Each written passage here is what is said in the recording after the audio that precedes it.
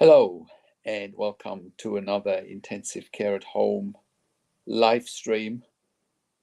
Thank you so much for watching this either live or as a replay. Want to welcome you and thanking you for your attention and your support. Generally speaking, if you like my videos, subscribe to my YouTube channel and give the videos a like, give it a thumbs up, click the notification bell, comment below questions, insights, what you want to see.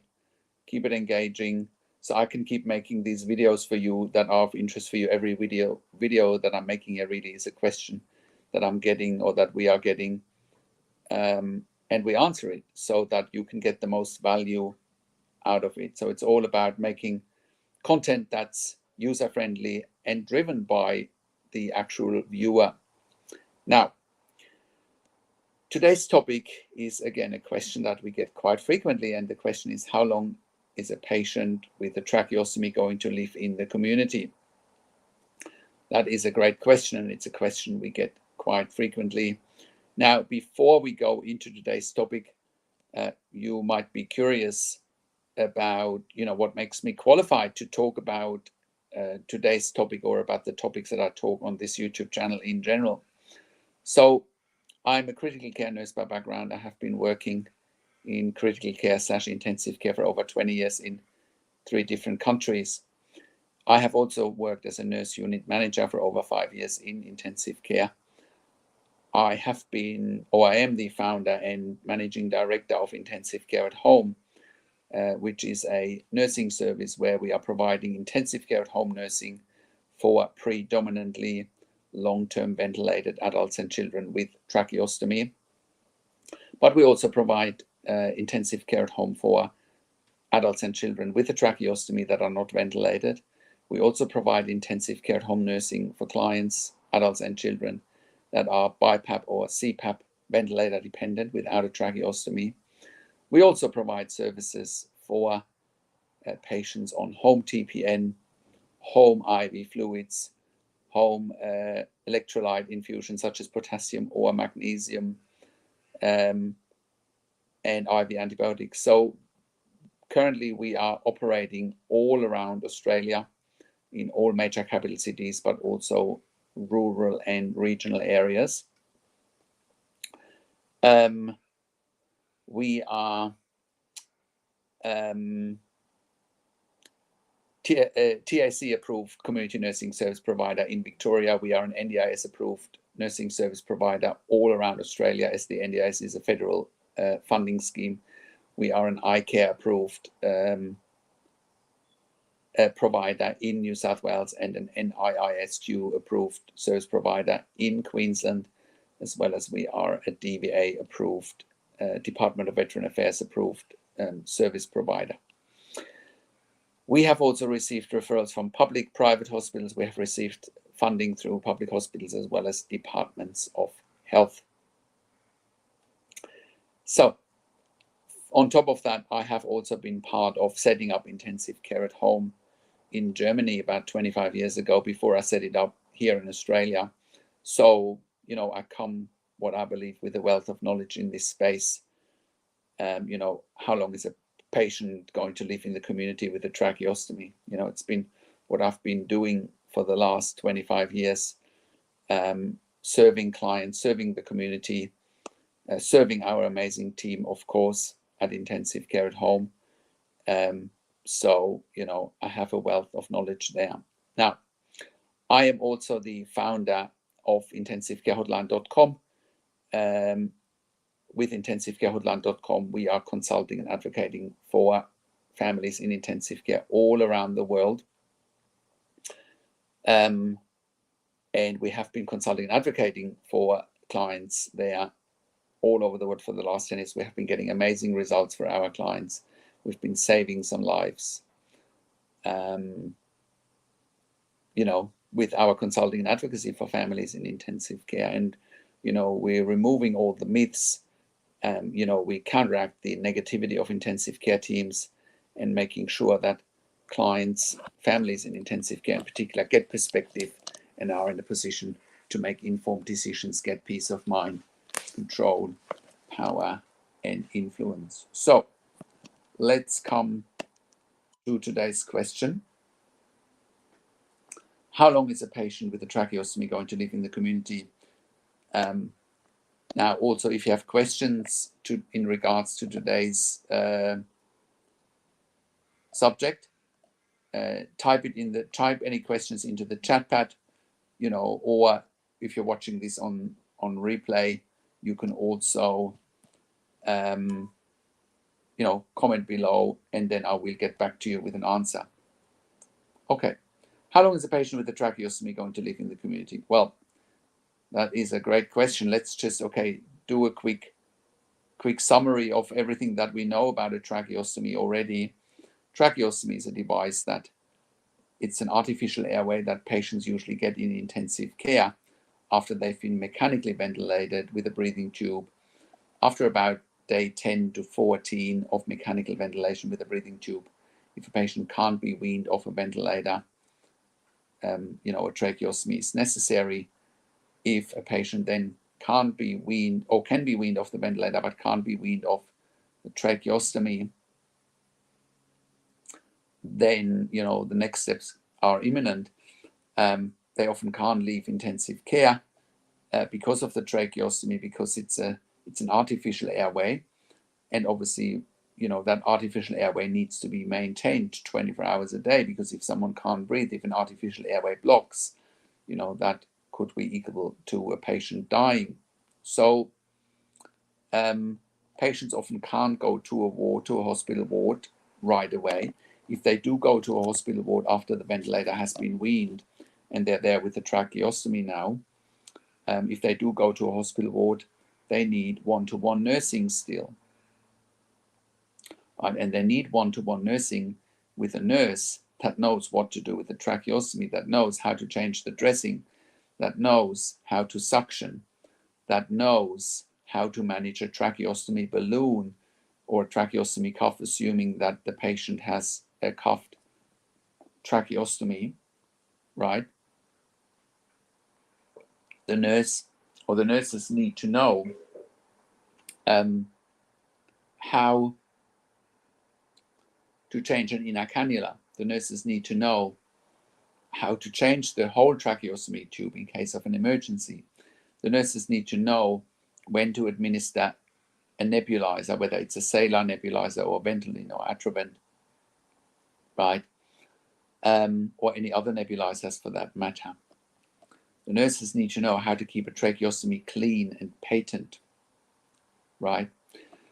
So it's not a skill that can be learned overnight. It's a skill that is usually learned over many years of intensive care nursing experience, right?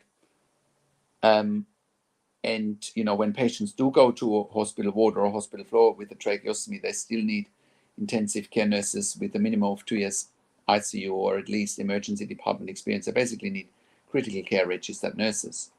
Okay, so where does that leave us when we're asking the question today, how long is a patient with a tracheostomy going to live in the community if even on a hospital ward patients can't be looked after by general registered nurses without ICU or without emergency department experience? Well, it leaves us with setting up intensive care at home, right? Making sure that patients can live safely with a tracheostomy at home for a long time to come, or even doing things such as removing a tracheostomy at home. If a patient doesn't necessarily have to be weaned off a tracheostomy in a hospital environment. We have certainly weaned adults and children off the tracheostomy in a home care environment, right? So, that can be done at home with intensive care at home, right? So we are also a third-party accredited nursing service and NDIS accredited for intensive care at home, right? No other service in Australia as of 2023, as far as I'm aware, has achieved a similar level of accreditation. So, I can confidently say that we are looking after the sickest and highest acuity clients in the community in Australia, because we have the intellectual property, we have the teams, we have the know-how to take patients home from intensive care directly, which again includes patients with a tracheostomy. Now, to talk more about how long can a patient with a tracheostomy live in the community, so it really depends. They can live for long periods of time, sometimes for decades, if they have the right support at home. And the right support at home means intensive care at home. Anything less than that is simply dangerous and is not evidence-based. So what do I mean by that? If you look on our website at intensivecarehome.com, you look at the mechanical home ventilation guidelines. Those home ventilation guidelines clearly say that only critical care nurses with a minimum of 2 years ICU or emergency department experience are safe to look after tracheostomy or ventilated adults and children at home 24 hours a day, because that's what is needed if someone has an artificial airway, whether that's a tracheostomy or a tracheostomy and a ventilator. It also includes non-invasive ventilation such as BiPAP or CPAP.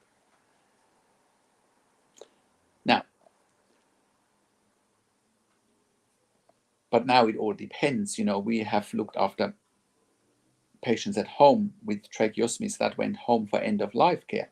And they might have been at home for anything from a few days to a few weeks to a few months, say up to 12 months.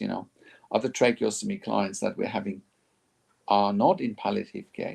They have, comorbidities, they have long medical histories, they have disabilities, but that doesn't mean they are under palliative care, and they could live for a long time to come, assuming they have 24 hours intensive care nurses at home who know what to do with the tracheostomy, who know how to keep it safe, how to keep it patent, to know how to keep it free of infection, right? To know how to change an inner cannula.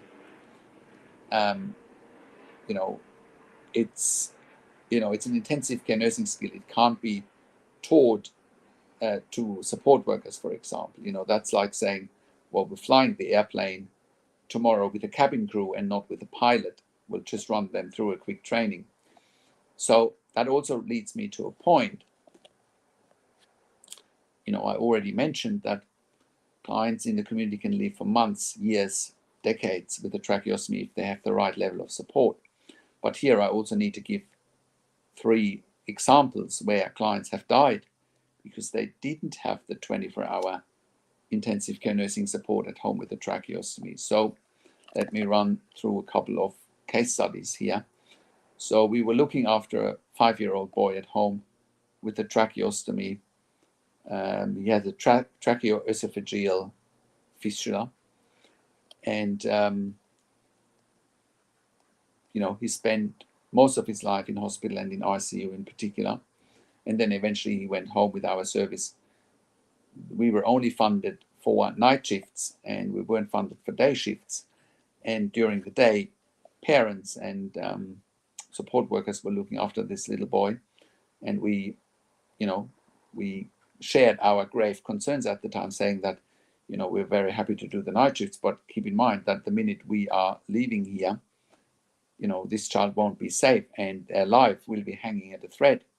And no one believed us, saying, well, you don't know what you're talking about. And I made reference to the evidence-based mechanical home ventilation guidelines, who clearly, once again, say that in order to provide intensive care at home for tracheostomy / ventilated adults and children, you need to have critical care nurses 24 hours a day who have a minimum of 2 years critical care nursing experience. So, and what happened in this instance is that the child passed away during the day, just as we predicted, because the people on site, whether it was parents or support workers, could not manage a medical emergency with the tracheostomy. By the time the ambulance arrived, the child had already passed away. The second example, and this child could have lived, for longer, no guarantee, of course, for how much longer, but why would you not make sure you're maximizing resources for a 5-year-old boy who's just come out of ICU for, really after many years in there. And for the first time, he could mingle with other kids, he could go to kindergarten, his quality of life had improved dramatically. Another example is we were looking after a 17-year-old girl who was ventilated with a tracheostomy. Similar scenario, the NDIS funded night shifts but not day shifts for critical care nurses. And we took this particular young girl home from ICU, right? And once again, we made our advocacy piece and said, look, this girl's life is at risk when we're not there. And unfortunately, our pleas were ignored. And unfortunately, this child passed away as well during the daytime when we were not there, because once again, families or support workers or potentially even a general registered nurse could not manage a medical emergency, right, with a tracheostomy. So, I argue that we are the only service in Australia that's really trying to bring standards into the space of intensive care at home, because the examples that I've just given you, it's the Wild West, right? And people are dying. And the NDIS in particular is busy trying to sweep it under the carpet, that these deaths the NDIS has been responsible for, right? Now, another example was we had another client with a tracheostomy, a 6-year-old lady who suffered from a stroke or who had suffered from a stroke. And she ended up with a tracheostomy, going home initially. And the NDIS funded 1 hour in the morning and 1 hour at night nursing care, again, violating the mechanical home ventilation guidelines that once again are evidence-based and clearly not suggest but demand that there must be 24-hour CCRN, critical care registered nurse support for patients with a tracheostomy or with a ventilator, very similar to a hospital. Why you can't discharge patients from a hospital and giving them less support? That is doomed to fail. So this particular lady ended up in hospital. She was sitting on a ward, and once again, she didn't have 1-to-1 nurse-to-patient ratio with a critical care nurse, as is evidence-based, and she died from a respiratory arrest as well. She didn't have 1-to-1 nursing, and I'm not surprised that all of those clients unfortunately have passed away. And once again, they were all NDIS participants, and the NDIS, is busy trying to sweep it under the carpet, not taking responsibility for those deaths, whereas clearly it has been the responsibility of the NDIS that these clients have passed away. So change in practice is urgently needed, so that there are no other NDIS participants or any other clients for that matter are passing away. and that more and more patients in intensive care, long-term patients in intensive care, can improve their quality of life, and in some instances, quality of end of life at home, instead of spending weeks and months in intensive care, never going home. On top of that, bear in mind, families are living in ICU, and nobody is winning. And ICUs need an empty bed. By providing intensive care at home, we're improving quality of life or quality of end of life for patients and their families. We are improving the bed flow in ICU. We're freeing up intensive care beds. And lastly, we're cutting the cost of an intensive care bed by around 50%. So win-win. Everyone's winning with our solution. So coming back to our original questions, now that we know that if you don't have 24-hour intensive care nurses at home, you won't live very long in the community with a tracheostomy. That's for sure, right? If you do live in the community with a tracheostomy, you can live once again for many years, for many decades potentially, depending on your medical history or the disability that you're having, right? The longest that I've known someone living in the community with a tracheostomy and a ventilator is for about nearly 40 years now, 40, right? So it's definitely possible if you have the right support. You look at VIP cases such as Stephen Hawking, who lived also for decades on a ventilator with a tracheostomy, right? Clearly, he would have had the support that's needed to, keep him alive and have good quality of life. We have other clients, they've now lived with a tracheostomy for about 2, 3, 4 years, and, they can live with that tracheostomy for much longer to come, but it all comes down to having that 24-hour intensive care nursing support at home, so that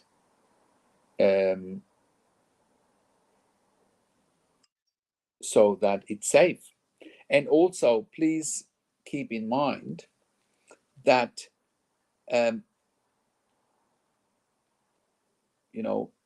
hospitals don't want the patients to come back to hospital, right? So that's why an intensive care substitution service in the community makes a lot of sense, right? So that hospital beds can be kept empty predictably, right?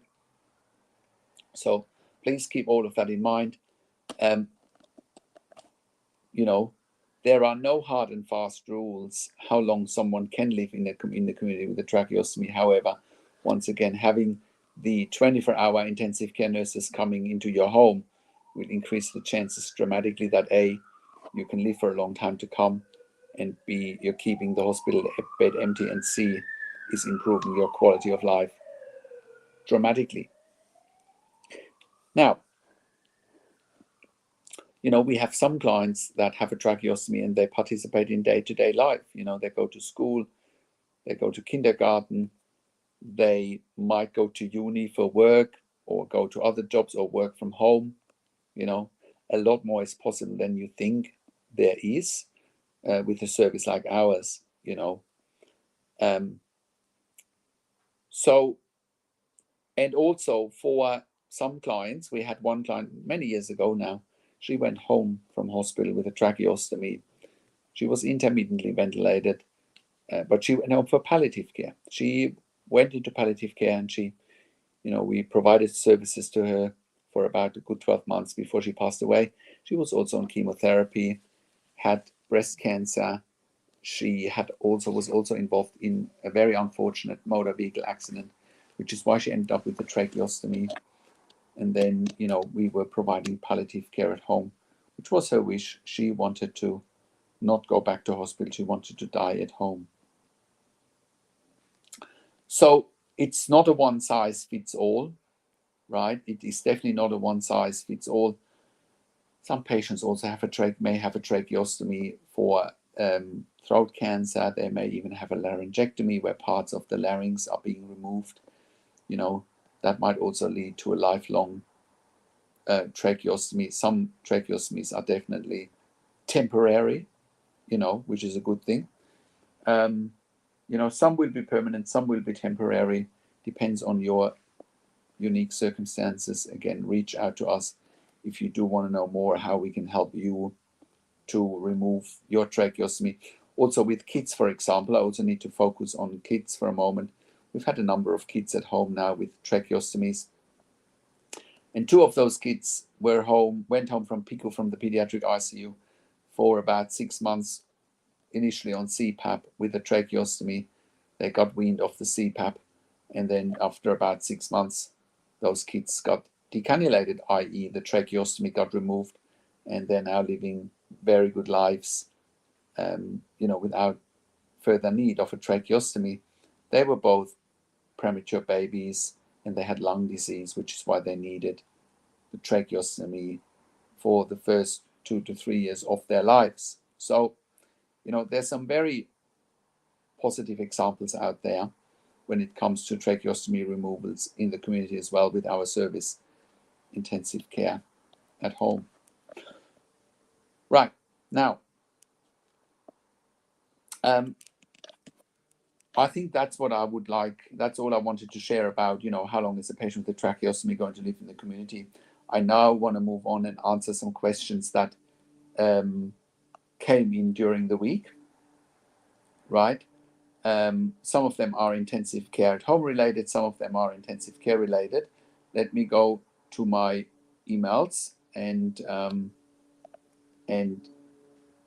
read out some of your emails. If you have any questions, please type them into the chat pad so I can get to them. Any questions, intensive care or intensive care at home related, I am willing to answer. Let's just quickly look on through my emails.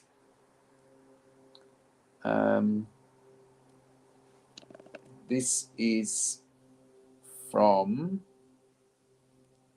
Tracy, who says, my mom is in and out of ICU with too much COPD and high CO2. CO2 means carbon dioxide. It places her on BiPAP in ICU. However, they might have to put her on the ventilator with a breathing tube, and the outcome may be catastrophic, this is what the ICU team is telling me. What should I do if it happens again? Well, if your mom goes into ICU with BiPAP with COPD and high CO2 on a regular basis, right?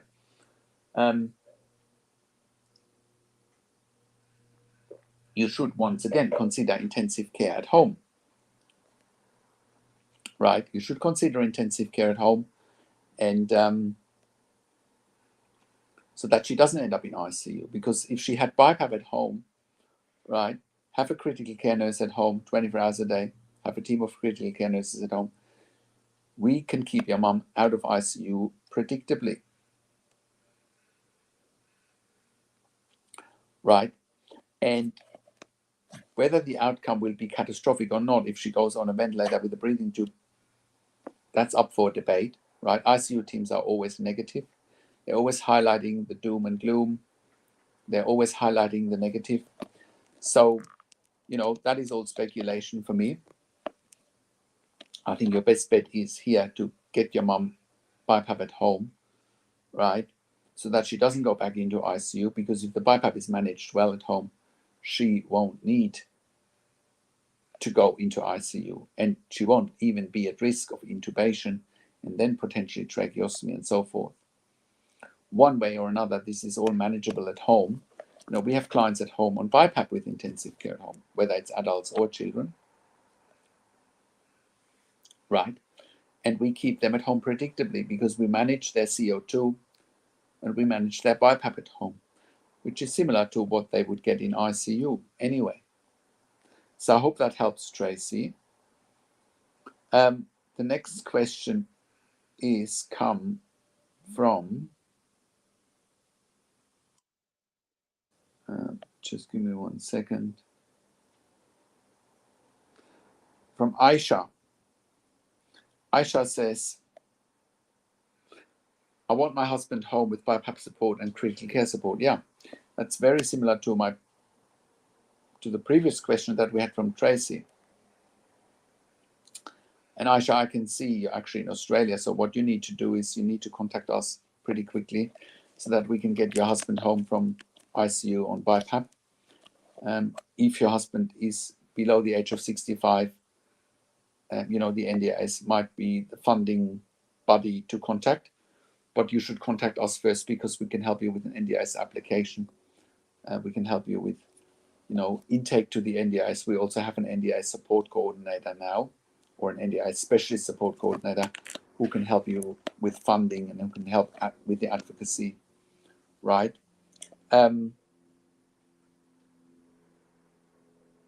Or, if your husband doesn't qualify for NDIS because he's older than 65, you should also contact us to see whether we can access funding for, through public hospitals, private health funds, any other compensation scheme. But one way or another, this is all possible to get your husband home with BiPAP, and 24-hour critical care nursing support. That is bread and butter for us. Or if you are an NDI support coordinator watching out my video here, and you might know of your client having BiPAP, CPAP, and you want to get your client home or your NDIS participant home, but you're not sure about the funding, or if you need an NDIS nursing assessment, we can do all of that for you. So, one way or another, we can help you. Let's look at the next question. Or if you're a case manager, if you're a hospital executive, if you're an intensive care consultant, ICU specialist, if you are a nurse manager in ICU, if you're a hospital executive, please reach out to us. We can help you manage your ICU beds more efficiently, and also you can partner with your consumers. What's in the best interest for them, and you can partner with consumers, and you can show to be proactive in getting them home, and you can show to be innovative as well and safe by the same time. Now, here is another question from Philip. Philip says, my mom has been in hospital for 4 weeks on high-flow nasal cannula after pneumonia, and she has pulmonary fibrosis. The hospital wants to send her to a long-term acute hospital specializing in respiratory rehab. Will that be better than a hospital? Should I fight to keep her in hospital? Hospital is close to my house while LTAC is not, and I have heard mixed reviews. Please help from Philip. Well, Philip, it's crystal clear here that you don't want your mom to go to LTAC, so you must be in the United States, right? You don't want her to go to LTAC, and you want to keep her in hospital. Ideally, wean her off the high-flow nasal cannula after the pneumonia, and then go home, because then going home will be so much easier, right? If she has pulmonary fibrosis, she might be oxygen dependent for a bit longer. She might also be needing a lung transplant, depending on the age of your mom. I don't know. It's certainly something you could explore, whether she needs a lung transplant with pulmonary fibrosis. Will LTAC be better than hospital? Definitely no. Definitely no. We haven't seen many good LTACs, if any. You should fight to keep her in hospital. You should fight to get her off the nasal cannula and the high-flow nasal prongs, and then take her home. And if she can't come off the nasal cannula after pneumonia, once again, maybe she does need intensive care at home, right? And because the hospital is close to your home and LTAC is far away, you should definitely not go to LTAC. And you also heard mixed reviews. Of course, look up the online reviews for an LTAC. It'll tell you everything that you need to know. It's an absolute shocker, right?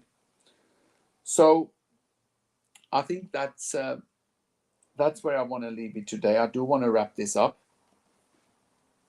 for today. And I will do another YouTube live stream next week. And the next YouTube live stream is how long is a patient with a tracheostomy and a ventilator going to live in the community? Next Sunday, the 24th of September, 10:30 a.m. Sydney, Melbourne time, which is 8:30 p.m. on a Saturday, Eastern Standard Time in the US, 5:30 p.m. Pacific time in the US. Now, once again, if you do have a loved one in intensive care and you want to go home on a ventilator with a tracheostomy, if you're not ventilated but you have a tracheostomy, please contact us. We can help you to take you home or your loved one home from ICU or from a respiratory ward or from any other, ward where they have tracheostomies or ventilation requirements.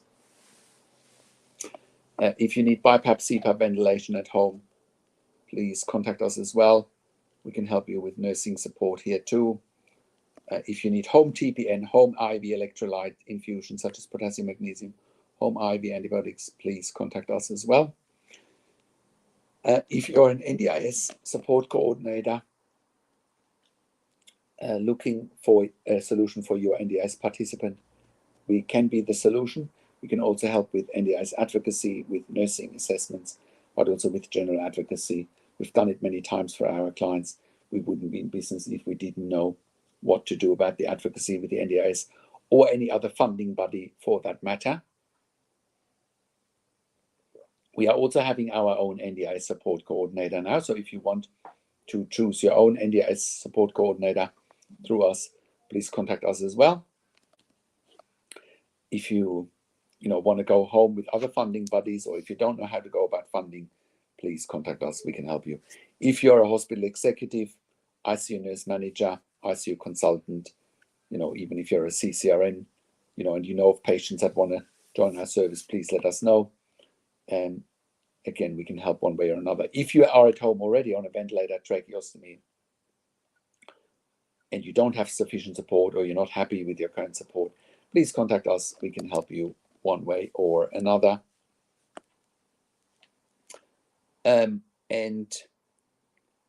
If you are a critical care registered nurse with a minimum of 2 years ICU experience, we currently have job opportunities for in Sydney, Melbourne, Brisbane.